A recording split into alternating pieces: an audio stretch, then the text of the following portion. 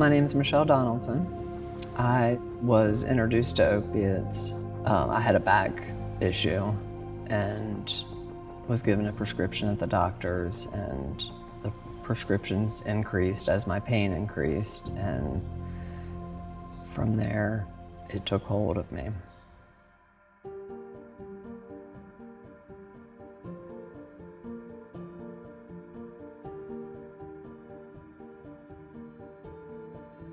My life before recovery was horrible.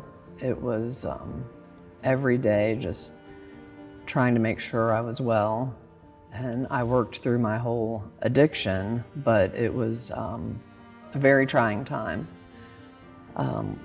It's like there was a piece of me that wanted to get out. My husband and I both suffered from addiction, and we both wanted out. One day I'd want it more, one day he'd want it more, and we'd go back and forth. You know, that small voice in your head saying, you can do it, but then you don't do it. And you just, the same thing every day, day in and day out, trying to make sure you're not sick, getting high, going to work, barely going to work. Before my addiction, I worked at a bank. During my addiction, although I worked, I was waitressing, and it was a struggle even to go into work, whereas work had always been my top priority. Now the drugs were my top priority, and getting the drugs. And you know, sometimes I'd barely have sleep at night, and then we'd have to go get something so I could go to work. You know, they impact your whole life, your whole day. You're just seeking to find more drugs and getting the money to get them, and it impacts everything.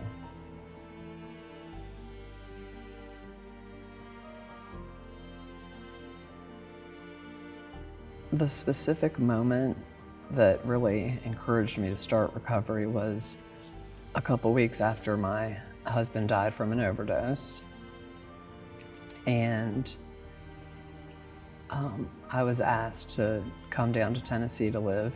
I didn't want to come at first, there was no way, but I looked back and realized my husband wasn't going to walk down that sidewalk anymore. And it wasn't a matter of if I was going to be next, but a matter of when at that point.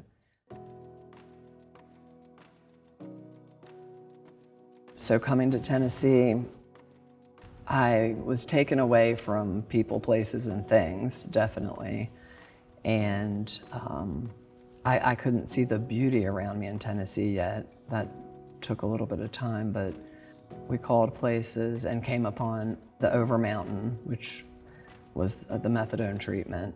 We went ahead and went in, and everyone at Overmountain was so helpful and understood what I was going through, and they really helped me through some tough times. I was going through major grief and an addiction at the time, and trying to conquer that addiction. So they were very helpful in my journey. You think about, and I thought about a lot, going back to, you know, what I was before and how my life was before the addiction.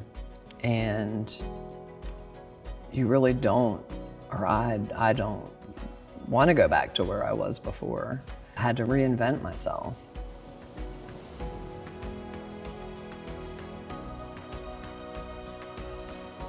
Today I find my joy in being able to see the beauty in Tennessee.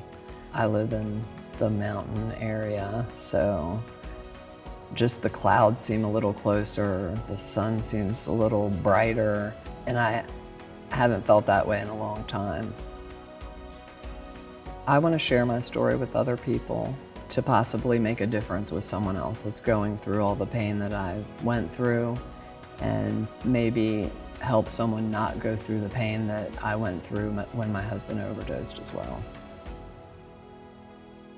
If I had to give someone advice, I would say, listen to the small voices in your head that say you can do it.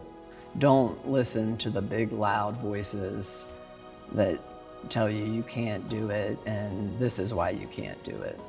Listen to the small voices.